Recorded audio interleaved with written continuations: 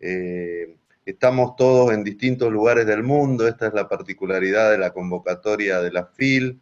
Yo estoy en Rosario, Argentina, aquí encerrado, en una cuarentena dura. Otros están en distintos países por supuesto, España y en España y también en otros países de América Latina, porque justamente la FIL es una fundación iberoamericana. Tenemos el enorme gusto de tener con nosotros a Daniel Lacalle, un economista joven y muy notorio, una espada clave del liberalismo, muy comprometido a través de sus clases, sus artículos, sus libros. Es un business economic, porque es una persona que ha logrado también hacer un desarrollo con la empresa privada muy importante, o sea, no es un economista que teorice, y como digo, es una pieza clave en la lucha por las ideas de la libertad.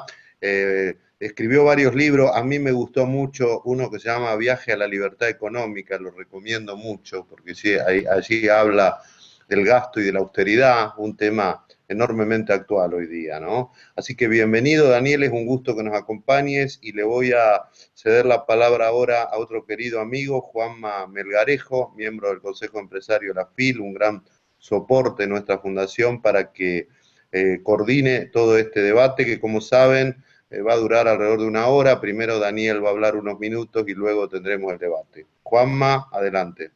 Muchas gracias, Gerardo. Bueno, bienvenidos a todos, especialmente a Daniel. Yo creo que después de la introducción que ha hecho Gerardo me va a costar mejorarla, pero bueno, yo creo que hay ciertos datos que para nosotros como españoles son importantes. Yo creo que Daniel, entre otras cosas, digamos, de la formación que tiene, entre otras cosas, bueno, aparte de ser doctor, autor, escritor, profesor, yo creo que lo hemos conocido mucho en la parte pública, ¿no? Yo creo que aparte de la parte privada, que como gestor de fondos, la parte pública para nosotros ha sido alguien bastante relevante, ¿no? Aquí en España 3 Media o 3 de Televisión o digamos, todo el tema de televisión lo ha trabajado bastante, ¿no? A mí una de las cosas que me gustaría resaltar de Daniel es de aquellos defensores de la valentía, sobre todo desde el punto de vista público, de la verdad económica, ¿no? Yo creo que para muchos los datos y las cifras eran algo que parecían que eran inviolables, que no se podían alterar, y con sus intervenciones a nivel público nos han dado cuenta de que tristemente esos datos y esas cifras nos lo transmiten de una forma un poco de manera involuntaria. Entonces, a mí me gustaría darle paso a Daniel para que hablemos sobre el topic de la amenaza en la que estamos viviendo ahora. Hay muchos compañeros de Latinoamérica en la que llevan mucho tiempo sumergidos en este problema, pero en especial la amenaza del intervencionismo ante la crisis del COVID, ¿no? Como ha dicho Gerardo, tendremos la intervención de Daniel y tendremos tiempo para las preguntas, con lo cual os agradeceríamos que utilicéis el chat para poder mandaros las preguntas y que podamos hacer esta charla lo más amena posible. Así que muchas gracias, Daniel, y todo tuyo. Tienes el micrófono silenciado. Las maravillas de Zoom, entre otras cosas, son que te ponen en silencio de repente. Muchas gracias, Gerardo, muchas gracias, Juan. Sobre todo, muchas gracias, Gerardo, por llamarme joven, que es estas cosas donde se escuchan todos los días más. Yo creo que es un enorme placer estar con todos vosotros en un momento que yo creo que es absolutamente para los defensores de la libertad y para todo lo que tiene que ver con la defensa de la iniciativa individual y la defensa de la prosperidad, porque es al fin y al cabo lo que trae la iniciativa individual y el libre comercio y el libre albedrío. En esta crisis se ha aprovechado una crisis sanitaria por parte de los más intervencionistas para presentar al Estado, al gobierno más que al Estado, y sobre todo para identificar al Estado con el gobierno, para presentar al gobierno como el recurso de primera instancia en la economía, que es necesario que el gobierno intervenga en todo cuando claramente nos dicen el mercado no ha podido gestionar esta pandemia. Y es falso, ¿no? Y es falso porque si hay algo que nos muestra esta crisis es que lo que nos permite hoy en día estar lidiando con una crisis sanitaria sin tener escasez de alimentos, sin pudiéndonos comunicar como nos estamos comunicando ahora, etcétera, es precisamente lo rápidamente y lo eficientemente que se han adaptado las empresas. Esta no es una crisis del capitalismo, esta es una crisis del intervencionismo. ¿Por qué? Porque han sido los gobiernos los que han sido más incompetentes a la hora de gestionar lo que ya era una amenaza o una crisis que venía de Asia, que además han tomado la decisión más absolutamente ridícula que se puede tomar, que es el cierre forzoso completo de una economía, pensando, como solamente se le puede ocurrir a un burócrata, que cerrar la economía durante 2 o 3 meses no tiene implicaciones a largo plazo. Y tiene muchas implicaciones a largo plazo. Entonces, esta es una crisis en la que lo que se ha demostrado es lo peligroso que es poner demasiado poder en manos de los gobiernos. No solamente han sido absolutamente incapaces a la hora de prevenir una crisis sanitaria y de tomar las medidas de lo que se supone que es su parte más de mayor conocimiento y de mayor, digamos, experiencia, que es la gestión sanitaria, sino que además han sido absolutamente incompetentes a la hora de llevar a cabo medidas que protegieran el tejido productivo. Todos, no. Si nosotros hacemos un análisis de la crisis como estamos ahora mismo viviendo, nos daremos cuenta que los países que más están cayendo en Producto Interior Bruto son también los que han llevado a cabo el cierre forzoso más agresivo y las medidas económicas más intervencionistas. Lo que nos demuestra esta crisis es que los países con mayor libertad económica, los países que han llevado un confinamiento más leve, incluso ningún confinamiento, y los países que han mantenido una política de gestionar la crisis sanitaria con medidas serias, no con medidas represoras, y a la vez preservar el tejido productivo, son los que van a salir más fuertes de la crisis. El peligro del intervencionismo es que ahora hay todo un entorno, no solamente público, sino también empresarial, que está dispuesto a entregar parte de la libertad y parte de su iniciativa individual a cambio de un apoyo por parte de los gobiernos que va a venir utilizando los recursos del sector privado. Estamos escuchando constantemente que el Estado A o el gobierno B va a rescatar no sé qué, pero el gobierno, el Estado, no rescata nada, lo rescata el sector privado. ¿Qué recursos utiliza el Estado para rescatar alguna industria? Los recursos que vienen del sector privado. Sin sector privado, sin empresariado, sin iniciativa individual, sin contribuyentes, no existe el sector público, no existen las ayudas sociales y desde luego no existen los rescates. Ninguna economía se puede endeudar o tomar medidas agresivas fiscales y monetarias sin el apoyo y sin el respaldo ¿de qué? Del sector privado. Por lo tanto, debemos ser muy cautelosos a la hora de acudir al gobierno como garante de primer recurso. Primero, porque no lo es, utiliza los recursos del sector privado. Segundo, porque el objetivo final de muchos de esos gobiernos no es que salgamos de la crisis más fortalecidos, sino que salgamos de la crisis más dependientes de la utilización de esos recursos privados por parte del Estado para entregar subvenciones y entregar ayudas. El peligro del intervencionismo es muy importante. Es muy importante porque los titulares parecen ópticamente atractivos. Ayudas, enormes, entre comillas, planes de estímulo, inyección de liquidez, escuchamos. En realidad, inyección de liquidez es endeudarse más. En realidad, planes de estímulo significa gastar mucho más, que significa muchos mayores impuestos en el futuro. Y lo que debemos ser muy conscientes es que hay un enorme riesgo en caer en la trampa de aceptar esa alternativa del diablo, que lo que nos dice es que lo que tenemos que hacer ahora es gastar y luego ya pensaremos en ahorrar. Estamos todavía, ya en el año 2019-2018, estábamos todavía sin recuperarnos en cuanto a endeudamiento, en cuanto a déficits, en cuanto a intervención gubernamental, de la intervención gubernamental del 2008. Porque entonces la falacia que muchos economistas dicen de que ahora es el momento de que los gobiernos gasten y que los gobiernos se endeuden, luego viene con la trampa de que en época de crecimiento tampoco ahorran, ¿no?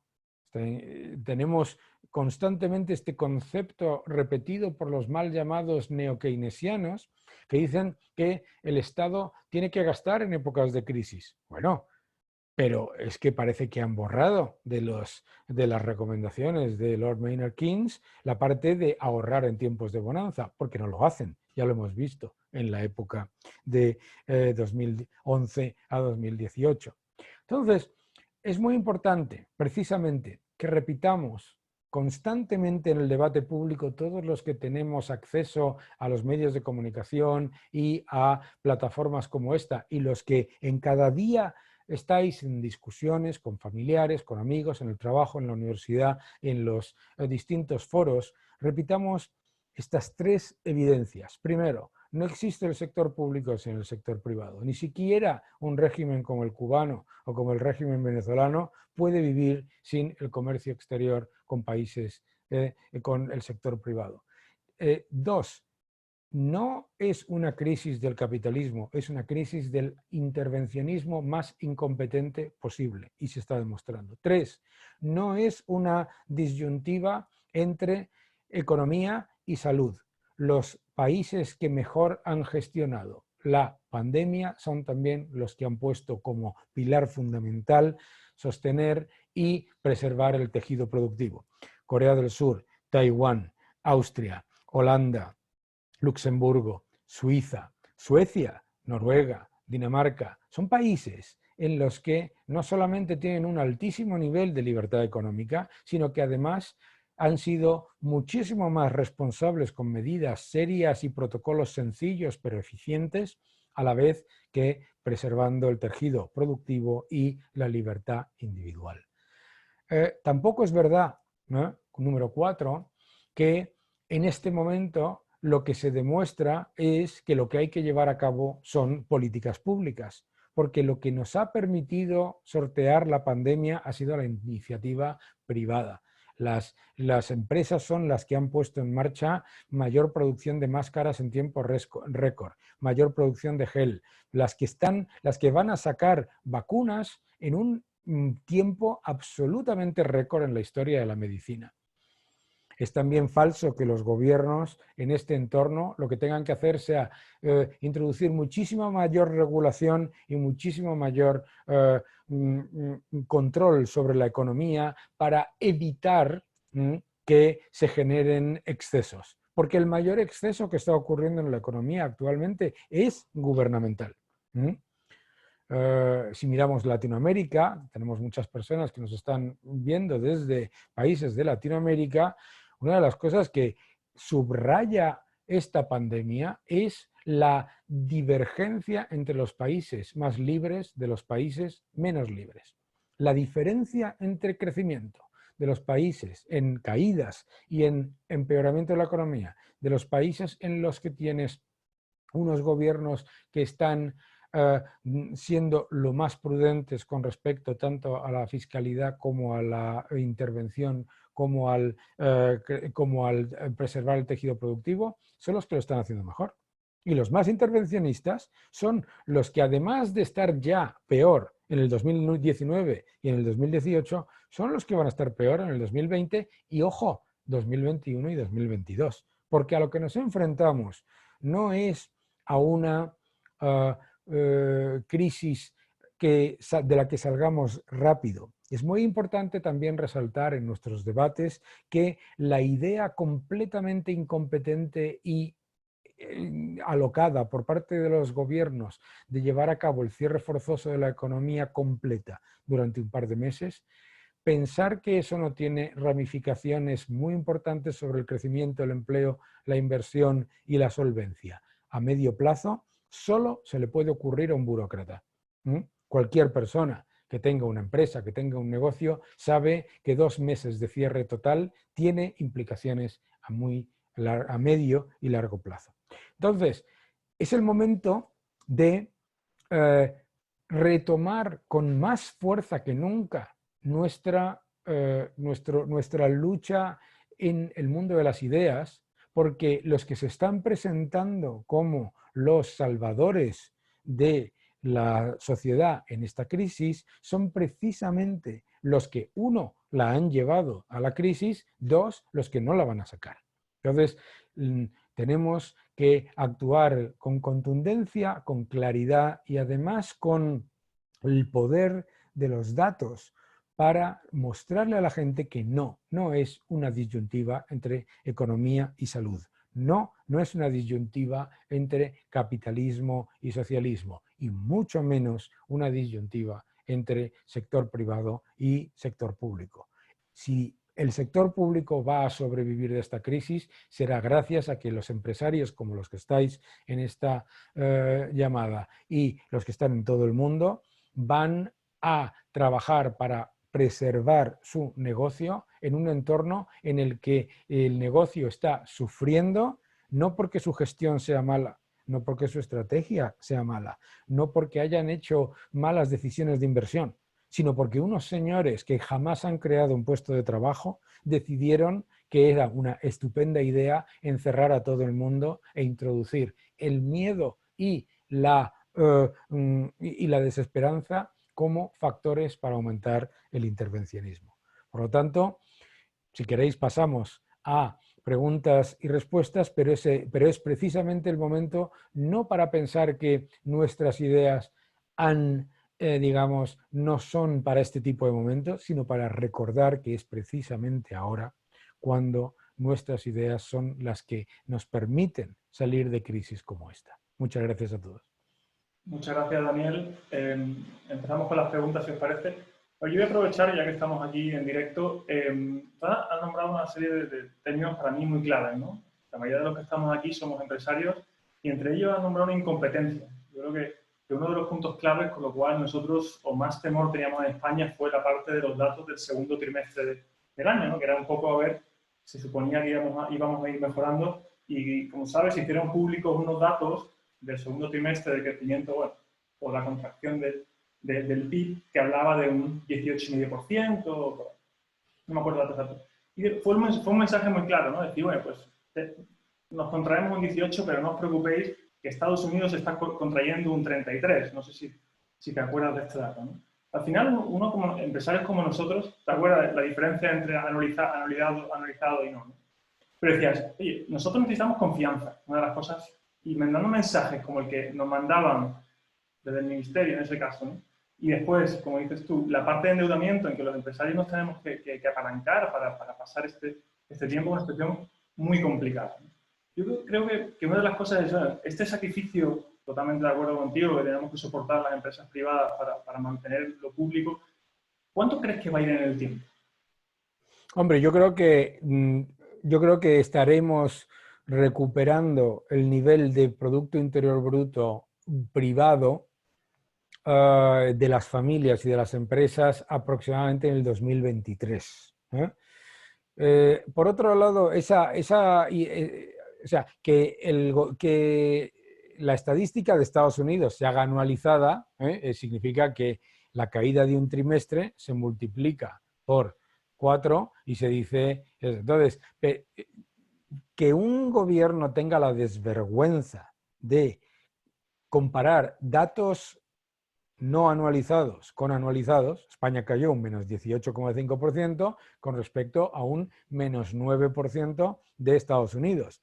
Y lo compara con el dato anualizado de menos 32. Es decir, si hubiera sido anualizado para España sería menos 52, ¿de acuerdo? Entonces, pero esta es otra cosa que cualquier empresario, cualquier gestor del mundo que sea medio decente, lo último que haces en tu vida es compararte con, incluso si eso fuera cierto, que no lo es, vuelvo a decirlo, Estados Unidos ha caído muchísimo menos que España y muchísimo menos que la Unión Europea en términos equivalentes, pero incluso si fuera cierto, ¿de dónde ha salido la idea de que te tienes que comparar con quien lo hace peor? Tendrás que compararte con quien lo hace mejor, tendrás que decir, oye, ¿quién es el que mejor lo ha hecho? No, lo que han hecho los gobiernos en España, en Argentina, en tantos otros sitios ha sido ignorar y silenciar todos los datos que pudieran en sus medios de comunicación de los países, decenas y decenas y decenas de países que lo han hecho mucho mejor, y tergiversar los datos para mostrar que otro lo ha hecho peor y que por lo tanto esto es un problema global. No, esto es un problema, esto es una caída de muchas economías, efectivamente, pero es que estamos hablando de que Corea del Sur, que está mucho más cerca de China, es más grande que España y tiene muchísimos menos muertos por millón y va a caer este año, creo que es un 2% la economía. Entonces, yo no me comparo con quien lo hace peor y desde luego no me invento datos para sacar a que alguien lo hace peor cuando es mentira, pero lo que me comparo es con quien lo hace mejor. En cuanto a esta salvación que nosotros pensamos, como dice bien, del fondo europeo, ¿no? De los famosos 140.000 millones que van a llegar en los próximos 5 años, ¿no? Esa parte de una parte préstamo y otra ayudas directas, viendo un poco lo que está viviendo en España a través de los presupuestos, dicen que, bueno, que ya ese gasto ya lo tienen prácticamente asumido o gastado en ese sentido. ¿Cómo crees que va a ir la reactivación de la economía cuando esto ya lo tenemos más que adjudicado? Cualquier ciudadano de Latinoamérica que nos esté viendo ahora mismo entiende perfectamente que cuando escucha de un gobierno que todo va a ir bien porque vienen fondos del Fondo Monetario Internacional, lo que tienes que hacer es salir corriendo en dirección contraria. ¿Vale? La idea de que unos fondos que lo que están es para ayudar al país a fortalecerse en la salida, no para solucionar sus problemas estructurales, van a ser la panacea, que es lo que nos intentan vender en España con la Unión Europea, es un error. En el año 2009, la Unión Europea se gastó el 1,5% de su Producto Interior Bruto en un plan de estímulo que se llamaba el Plan de Empleo y Crecimiento, y eso no evitó una crisis en el 2011-12 muy fuerte, ¿no? ¿Y por qué no la evitó? Porque tú no puedes partir de la base de que unas inyecciones de liquidez que están orientadas a digitalización, a energía verde, etcétera, tal cual, vayan a solventar un problema de solvencia. Cualquier empresario que nos escuche puede entender que si tiene una empresa que gasta 60 e ingresa 40 y le dan una ayuda para invertir en digitalizar el negocio, no va a dejar de gastar más de lo que ingresa. Y eso es lo que no estamos teniendo en cuenta. No es que no estén teniendo en cuenta, es que están utilizando, en España se está repitiendo casi punto por punto lo que se hizo en el año 2009, que es decir, olvídense de lo que está pasando, que viene mucho dinero de la Unión Europea y que todo se va a solucionar. Y claro, si tú practicas la política del avestruz, pues te pasa como al avestruz, metes la cabeza en el agujero y acabas muerto. Bueno, pero para eso al final, para este famoso dinero, bueno, salvavidas, que realmente no creo que nos salve tanto porque va a ir repartido en 5 años, ¿no? Han puesto unas medidas, yo no sé si esas medidas son, las ves tú como realmente ves al gobierno que va a poder implantarlas, que no, en la situación en la que están, porque bueno, no va a ser dinero fácil. El gobierno ya ha tomado hace mucho tiempo, el gobierno en España ha tomado hace mucho tiempo la política que comentaba yo antes del avestruz, que es primero negar que haya ningún problema, después decir que ya ha pasado y tercero esperar que el maná llegue del cielo. Literalmente es pues como quien se enfrenta a una mala cosecha mirando al cielo y cantando y bailando en círculo esperando que llueva. La realidad es muy diferente. La realidad es diferente. Entonces, no, los fondos de la Unión Europea pues serán un apoyo a la salida de la crisis para los que tomen medidas previas para fortalecerse. Este gobierno no las va a tomar. Y además está empecinado en no llevar a cabo reformas estructurales porque quiere fiarlo todo a que España es demasiado grande para la Unión Europea y que, por lo tanto, si nos va mal, nos tienen que ayudar. ¿Mm? Y no funciona. En cuanto nosotros ahora, o los empresarios, como saben, la mayoría de nosotros estamos ahí manteniendo un hilo para saber qué va a pasar con el tema de las subvenciones, digamos, a los ERTE, ¿no? Que tiene que ir acabándose en el mes de septiembre. Se está luchando por ampliar ese margen, como han hecho muchos países, ¿no? De ir de trimestre en trimestre ayudando. Pero claro, al final dices, oye, España no tiene suficiente dinero, en mi opinión, para ir manteniendo esto y sobre todo un sector tan importante que es el que más ha afectado, que es el tema del turismo, el ocio y... Claro, es que no, el problema de llevar a cabo la política de la cigarra, vamos haciendo aquí símiles, ¿no? La cigarra y la hormiga, si tú te pasas el verano tocando el violín, que es lo que ha hecho este gobierno cuando crecía la economía al 2%, cuando llega el invierno no hay dinero para todas esas cosas. Porque se te desploman los ingresos por la crisis y porque te aumentan los gastos por los estabilizadores automáticos. Entonces, ahora es precisamente cuando se muestra por qué los países que tanto se criticaba a Alemania porque eran unos malvados que estaban ahorrando, era injusto que tuvieran superávit fiscal y superávit comercial, etcétera, etcétera. Pues ahora Alemania puede llevar a cabo medidas mucho más contundentes precisamente por haber ahorrado. Lo que le está pasando a España es simplemente que se ha quedado sin recursos, a pesar de todo el espacio fiscal que le da el estar en la Unión Europea, se ha quedado sin recursos después de haberse pasado 2 años de bonanza aumentando los desequilibrios estructurales. En cuanto a Europa, el Banco Central Europeo, una de las preguntas que tenemos, el Banco Central Europeo, ¿crees que debería dejar, digamos, seguir fortaleciendo el euro? ¿O cómo ves que nos ayudaría más un euro fuerte o un euro más débil? Un ciudadano de cualquier país, sobre todo, mira, tenemos muchas personas que nos siguen desde Latinoamérica. No puedes tener una economía fuerte con una moneda débil. A ver si entendemos esto ya de una vez. Debilitar la moneda es debilitar la economía. Y debilitar la moneda no soluciona los problemas estructurales. Si debilitar la moneda mejorase las exportaciones y fortaleciese la economía, pues ¿qué le vamos a decir a los ciudadanos de Argentina o de Venezuela sobre serían hoy los líderes del crecimiento mundial? No, debilitar la moneda es el equivalente a una destrucción de los salarios reales de los ciudadanos y de los ahorros de los ciudadanos por decisión gubernamental. Nada más.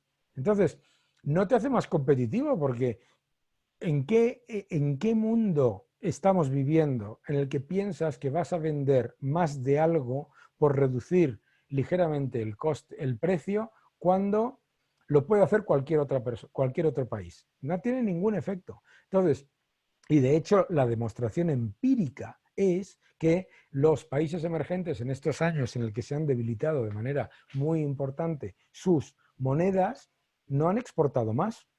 No han exportado más. Entonces, el Banco Central Europeo, primero, no está conscientemente fortaleciendo el euro, si no, no tendría 2,4 trillones de euros de liquidez excesiva. Pero el euro, por lo que se mantiene relativamente estable, es por una sencilla razón. La razón por la que se mantiene relativamente estable es porque la confianza inversora en Alemania como garante del euro y en los países del centro de Europa lo mantiene estable. Y gracias a que lo mantiene estable, hoy los ciudadanos españoles, italianos, griegos y portugueses no nos encontramos con una inflación como pues, la de Argentina o la de Irán. Aquí en España, o sea, que tenemos dos hitos, yo creo, importantes, como comentábamos antes, el tema de los ERTE, ahora en septiembre, y el tema de empezar la evolución de los famosos ciclos, ¿no? Aquí Borja de Luis nos hace una pregunta, yo creo que es la que dices, bueno, evidentemente, ¿Crees que merecen los ERTE? O sea, en su opinión dice que es verdad que es necesario durante un tiempo, pero la mentalidad de poder ampliarlos, ¿crees que sería conveniente o no? Porque al final lo que haces es privar de empresas buenas, empresas malas y hacer ese filtro que quizás sea necesario, ¿no?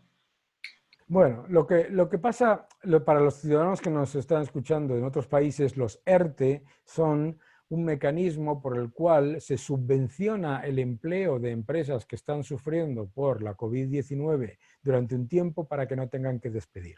¿De acuerdo? Eso es un esquema que existe en todos los países del mundo. Se llama Furlough Jobs en Estados Unidos o en Reino Unido. El problema no es el debate sobre ERTES o no ERTES, es que los ERTE o los esquemas de empleo subvencionado o empleo potenciado, porque en realidad tampoco está subvencionado, lo único que estás haciendo es reducir las cuotas sociales.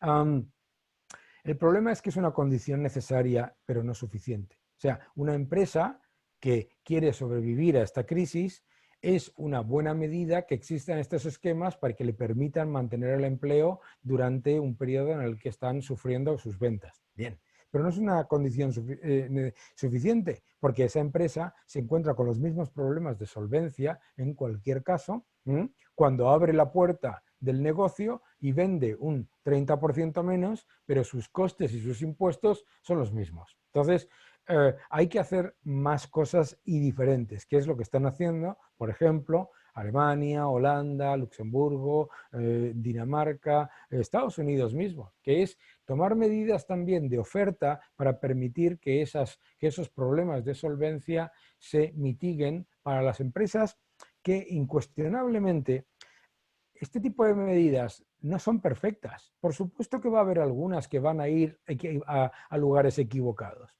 Pero lo que nos tenemos que dar cuenta es que lo que nos está mostrando esta crisis es que la razón por la que hay que tomar esas medidas es porque lo que nos está mostrando es lo carísimo que es mantener una empresa en costes y sobre todo en impuestos en cualquier momento, que el cierre de esa empresa durante 3 meses te puede llevar a la quiebra. O sea, vuelvo a lo de, esto no es una crisis del capitalismo, sino del estatismo. O sea, lo que nos está demostrando es que es una locura que tengamos un sistema económico en la mayoría de los países de la OCDE en la que una empresa, al abrir la puerta del negocio, lo primero que hace hasta alrededor de las 12 de la mañana, desde las 8 de la mañana que abra, es pagar impuestos, antes de vender una sola de venta. No, totalmente de acuerdo. Y volviendo a los dos hitos, yo creo que una de las cosas que vamos a ir viendo, yo creo, en el primer trimestre o en el segundo del 2021, es una situación muy delicada desde el punto de vista bancario, ¿no? Ahora estamos viendo el tema de fusiones, yo creo que es prioritario para fortalecer la economía que tenemos y además yo te he oído a ti muchas veces decir que nos gusta o no, necesitamos bancos fuertes, necesitamos bancos que ganen dinero y que mejoren la economía, ¿no? Pues la reestructuración de los bancos va un poco por ahí, ¿no? Yo creo que hay un temor a una desbandada, digamos, cuando empecemos a tener que amortizar esos préstamos. Bueno, las fusiones bancarias tienen la lógica siguiente. Primero, los bancos se tienen que fortalecer de cara a un entorno en el que en los países desarrollados, en Europa en particular, tenemos tipos de interés negativos. Con tipos de interés negativos, el negocio bancario es una ruina. Entonces, no puedes esperar tener muchos bancos, se tienen que unir y se tienen que unir para ser más competitivos. Yo siempre le muestro a la gente el siguiente ejemplo. Las compañías discográficas, ¿de acuerdo? Ante la llegada de todo tipo de plataformas de acceso a música completamente distintas, las compañías discográficas se tuvieron todas que fusionar para sobrevivir. Eso es lo que tienen que hacer los bancos. ¿Significa eso que va a haber menos competencia? No. Una de las razones por las que se fusionan es porque la competencia en el sector de los préstamos es cada vez mayor por parte de fintech, propias empresas incluso industriales o comerciales que también dan préstamos, etc. Por lo tanto, las fusiones son a la vez defensivas y activas. pero son fundamentalmente defensivas ante un entorno de tipos negativos, de empeoramiento de las expectativas económicas y sobre todo de un modelo de negocio bancario que ha sido devastado por la política monetaria. Así, me hacen una pregunta que yo creo que es muy genérica, pero a ver si conseguimos que te mojes un poco. Es si tuvieses que tomar medidas en España, en un país como España, ahora, ¿cuál sería? Bueno, yo escribí un artículo, varios, tenéis en mi página web de lacalle.com, de un plan para salir de la recesión sin caer en un rescate, también un plan serio contra la crisis y un acuerdo industrial. Entonces, lo que os recomendaría, sobre todo en aras de tiempo, es que los leyerais esos artículos, que los tenéis en mi página web, en los que explico las medidas que creo. Y hablamos de dos cosas, ¿no? Por un lado, estamos hablando de medidas de demanda que han sido ya implementadas, pero claro, tú no puedes tomar medidas, tú necesitas cuatro patas. Una, preservar el tejido empresarial, dar liquidez sin recurso para las microempresas que no tienen acceso a crédito, tienes que fortalecer la capacidad de atracción de capital y de inversión, reduciendo los impuestos para convertirte en un centro de atracción cuando se recupera la economía. Tercero, tienes que reducir el gasto innecesario de las administraciones públicas para acomodar el aumento que viene por los estabilizadores automáticos, el paro, etcétera. Y cuarto, tienes que dar facilidades administrativas. En esas dos últimas, en la parte de las facilidades administrativas y en la parte de la reducción de impuestos, en España no se ha hecho absolutamente nada. En España, todavía hoy, mientras estamos hablando, cuesta prácticamente entre 6 y 12 meses abrir un negocio. Eso es una locura. Y ahora que estamos con los famosos luchas políticas entre uno apoya, el otro se echa para atrás, uno quiere que sí, con otro que no, eso al final nos estamos jugando una de las cosas importantes, que es el tema de los impuestos, ¿no? La presión fiscal, a nosotros que los empresarios nos da un poco de miedo esa instabilidad de si pacta Ciudadanos, no pacta. ¿Cómo crees que va a acabar esta película? Con subidas de impuestos. Sin duda, ¿no?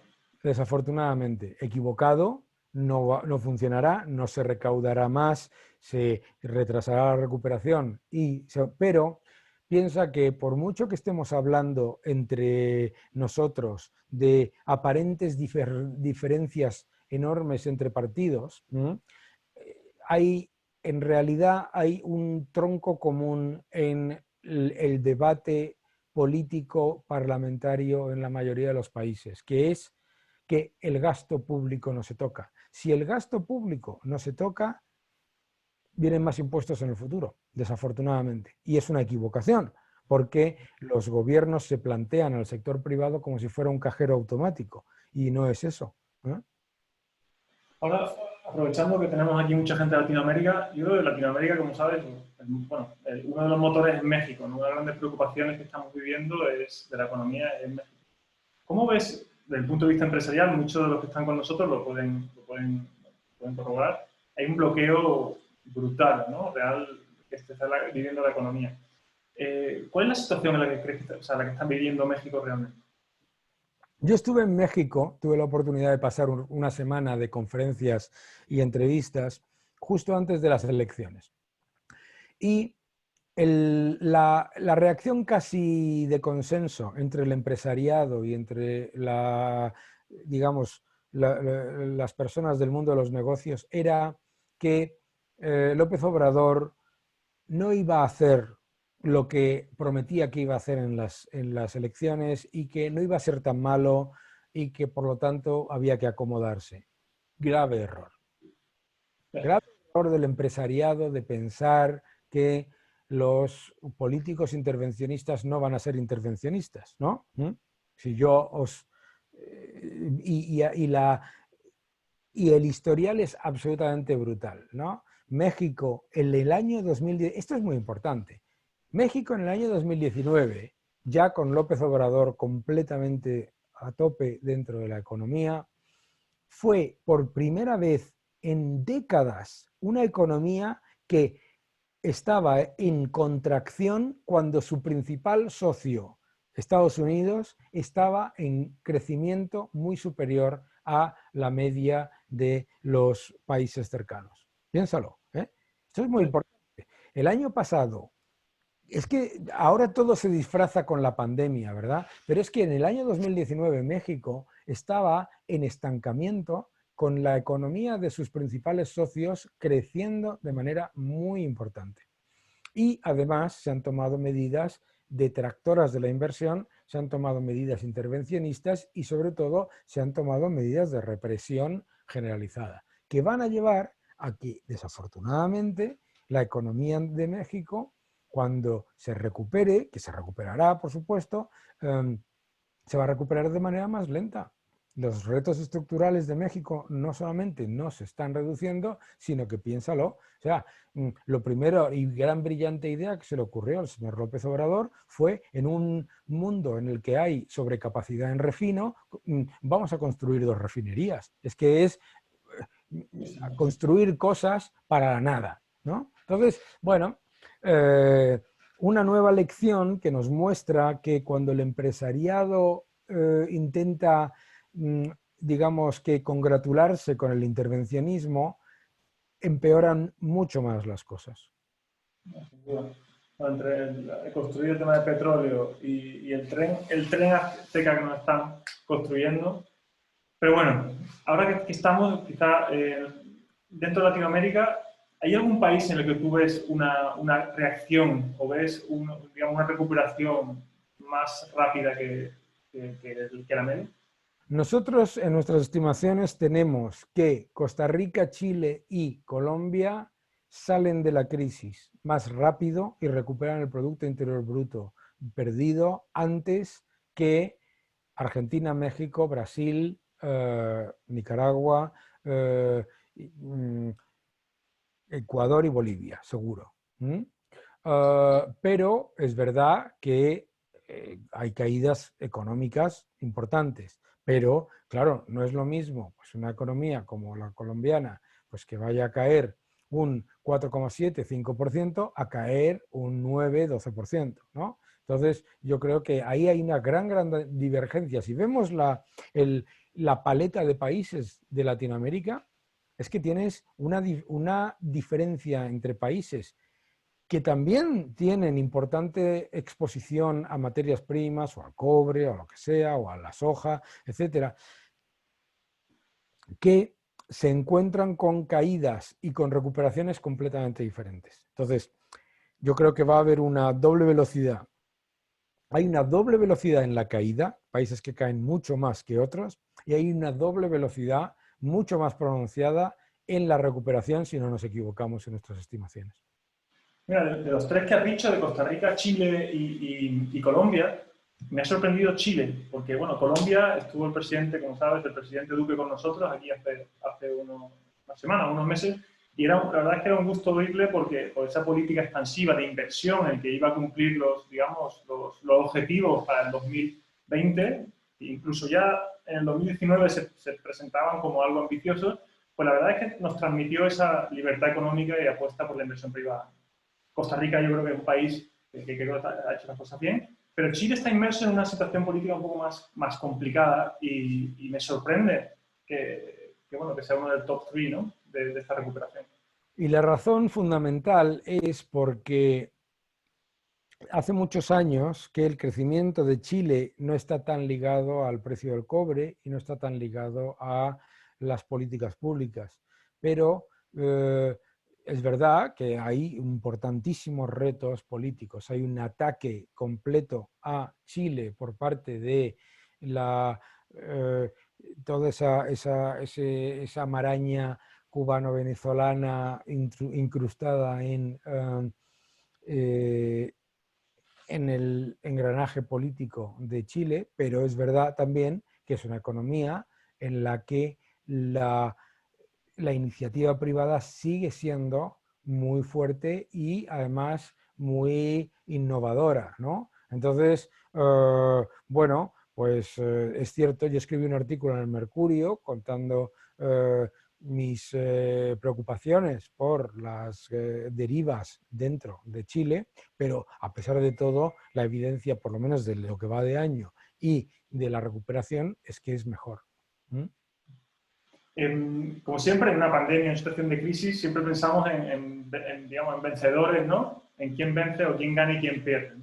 Una de las dudas es si esta pandemia, esta crisis económica, ¿crees que al final es muy directa, ¿no? Una de las preguntas es si el famoso Foro de San Pablo puede salir fortalecido o tiene algún tipo de beneficios de esta situación. No, porque si hay algo que es espectacular del comunismo y del socialismo es que a pesar de tener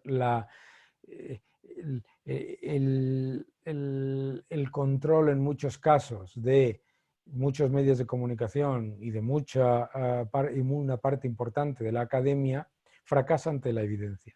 Entonces, la evidencia nos está mostrando en tantos países que no creo que vaya a haber todo ese digamos, ese nivel. Lo que es verdad es que, por supuesto, ahora mismo ver las cosas de manera negativa no es difícil, pero también es cierto que los ciudadanos no son tontos y que los ciudadanos están viendo en países como España, países como Portugal y Grecia, que es que hay grandes diferencias en las políticas cuando lo que tú haces simplemente es dejar respirar a los que crean empleo.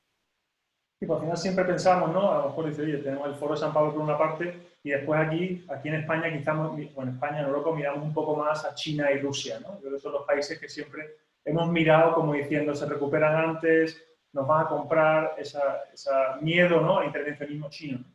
No, pero ¿sabes lo que pasa? Mira, yo recuerdo en los 80 tenía había toda una cantidad de literatura que decía que los japoneses lo iban a comprar todo. Sí, sí. Y se iban a invadir todo. Y no sé si pues sois todos muy jóvenes, pero había una serie de televisión que se llamaba Shogun, también de una novela, y la primera película de Die Hard de Bruce Willis era sobre una empresa, había una empresa japonesa que lo había comprado una norteamericana, etcétera, todo esto, ¿no? Entonces, las teorías de la conspiración siempre las hay, claro. Pero hay una cosa que es, desafortunadamente para los intervencionistas, una evidencia empírica. El dinero va donde hay oportunidades, no donde hay control. Donde vas es donde hay oportunidades, donde se te deja respirar. Esto es como un jardín. El dinero, donde va, en un jardín, las plantas no crecen si no hay oxígeno.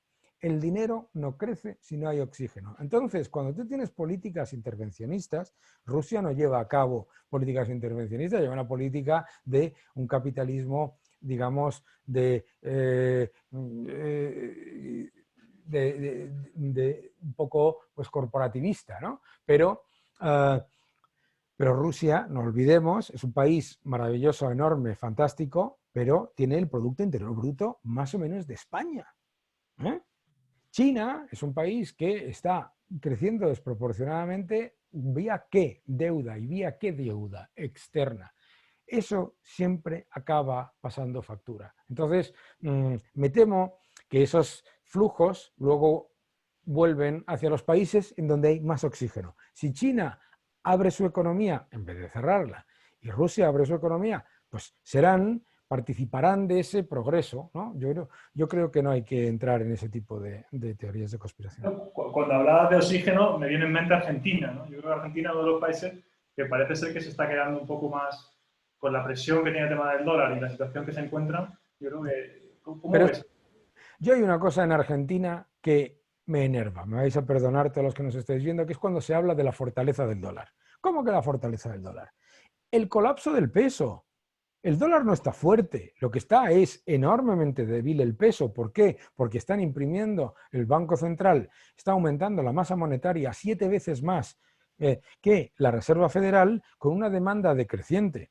Entonces, cuando yo veo en un medio de comunicación, veo muchas veces a mi querido Javier Milei, a mi buen amigo José Luis Esper en las televisiones que escuchan, ¿qué le parece la fortaleza del dólar? ¿Qué fortaleza del dólar? Si el dólar lleva 5 años sin moverse con respecto a sus principales monedas, lo que hay es un colapso del peso. Y el colapso del peso es porque no existe demanda en Argentina por parte de los inversores, de los ciudadanos, de pesos.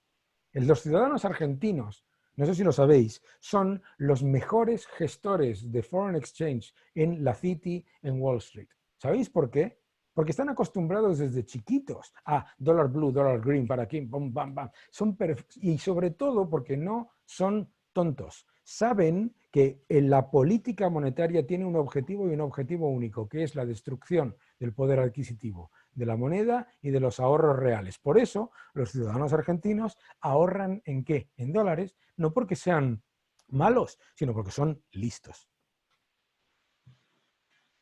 Nosotros en Argentina lo hemos vivido de cerca, hemos visto esa preocupación que tenemos en Argentina, sobre todo es por la empresa, ¿no? La empresa argentina, que es lo que somos, tenemos. En Argentina tienes la evidencia de la implantación por parte de distintos partidos, pero sobre todo del peronismo, de una política extractiva y confiscatoria a la vez, en la que todo el que produce está penalizado y todo el que detrae está subvencionado. Entonces tienes la presión fiscal más alta de toda la región, mientras tienes a la vez la constante destrucción de las oportunidades para invertir porque se te confiscan, sea vía inflación o vía cepo, los ingresos. Entonces, claro, los productores, la gente que quiere crear empleo y quiere crear riqueza, sabe que se le está expropiando constantemente para mantener. Bueno, cuando sacas en las redes sociales, yo tengo una cuenta en inglés para mis seguidores del resto del mundo, cuando sacas el porcentaje de empleo público con respecto a empleo privado de las provincias de Argentina, la gente no se lo cree. No se puede creer que haya 7 provincias en las que haya más empleo público que privado. No se pueden creer que la media supere el 30 y tantos %. Entonces, el problema de Argentina es que tienes un sector público que está funcionando en vez de como servicio para la sociedad civil, está funcionando como extractivo de una economía que tiene un enorme potencial, un maravilloso capital humano y sin embargo se le está constantemente poniendo escollos, ¿no? Básicamente no vemos mucho cambio, un déjà vu con el antiguo gobierno Kirchner, ¿no? No ven que vayan a modificar ninguna. No, claro que hay un cambio, es a peor. Si bueno, nosotros, en el sentido positivo, ¿no? Si nosotros vemos el nivel de intervencionismo y de destrucción monetaria y fiscal que llevó a cabo Kicillof en la época de Kirchner, la hizo con mucho miedo. ¿Por qué? Porque sabe que no funciona y segundo, porque no sabía que tenía, digamos, vía libre. Ahora se sienten con vía libre. Mucho cuidado, ¿eh? Una de las preguntas que tenemos aquí, de Fred Hilo, creo que hace una pregunta interesante. A ver, la figura de la OMS, al final ha sido una de las figuras importantes de toda esta crisis, y sus asociaciones con China, Soros, Gates, con los... Pero yo creo que ha sido una gente... No caigáis en teorías de la conspiración. Si, sobre todo, o sea, yo no sé cuáles son los intereses o la falta de intereses del señor George Soros. Lo que sí os sé decir es que yo he trabajado en los mayores fondos del mundo, en el mayor fondo del mundo, y que si hubiese un gestor que pone dinero en una iniciativa equivocada y que no va a funcionar, inmediatamente aparecen 7 tan importantes o mayores que él que le hacen perder su dinero.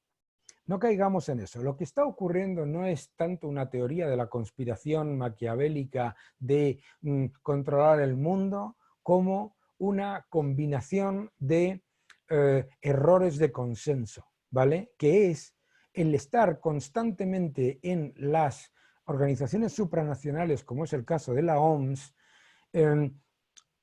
no es un ente independiente. En realidad, tiene que estar consensuando con el gobierno que está generando un problema sanitario lo que va a decir. Esto es curioso, ¿no? Pero pasa también con el Fondo Monetario Internacional, pasa también con el Banco Mundial. Entonces, las organizaciones supranacionales no son no es que estén en una especie de teoría conspirativa, es que son la evidencia del fracaso del consenso diplomático. ¿Mm? Del consenso diplomático cuando tú sabes que una cosa es que tú llegues a acuerdos desde la lógica y otra cosa es que tú tengas que llegar a un mínimo común, denominador de todo con todo. La Organización Nacional, la ONU, el Banco Mundial, la OCDE, etcétera, nos muestran eso. Claro, si tú para todo lo tienes que diluir a la media del mínimo común y tienes que llegar a soluciones diplomáticas con todo el mundo, en realidad no estás ofreciendo soluciones reales para nadie. Y una pregunta de Mariano, dice, el impacto de la migración de personas, ¿no? Y de capitales en el momento de la reacción o la recuperación de cada país. Dice aquí, como consecuencia de la brecha entre países y que hayan hecho bien o no las cosas. ¿Eso se está planteando, se está teniendo en cuenta? Hombre, claro, claro. Los que no lo están teniendo en cuenta son los gobiernos. Los gobiernos piensan que el dinero y el capital y la inversión va a ser exactamente igual en su país, hagan las cosas bien o hagan las cosas mal. Es equivocado. O sea, un inversor en el mundo tiene toda la paleta de países donde decidir invertir. E invertir en sí mismo ya es tomar riesgo. De toda esa paleta de países, dices, donde yo voy, ya estoy tomando riesgo a la hora de invertir, donde el riesgo político y regulatorio además sea menor. Es que es de libro. Bueno, pues Daniel, yo creo que con esta habíamos acabado. Yo darte las gracias, evidentemente, de la Fundación Internacional para la Libertad y la Fundación Libertad Argentina. Darte las gracias por tu tiempo, por estas explicaciones que nos han servido mucho. Y nada, yo creo que doy paso si Gerardo se querrá despedir. Y un abrazo muy fuerte y muchísimas gracias. Un abrazo muy fuerte, seguid defendiendo la libertad y si os gustan mis opiniones podéis encontrarme en mi canal de YouTube, en mi página web y en Twitter. Muchas gracias. Lo haremos. Muchísimas gracias. Un abrazo. Muchas gracias, Daniel. Muchas gracias, Juanma. Chao. Chao.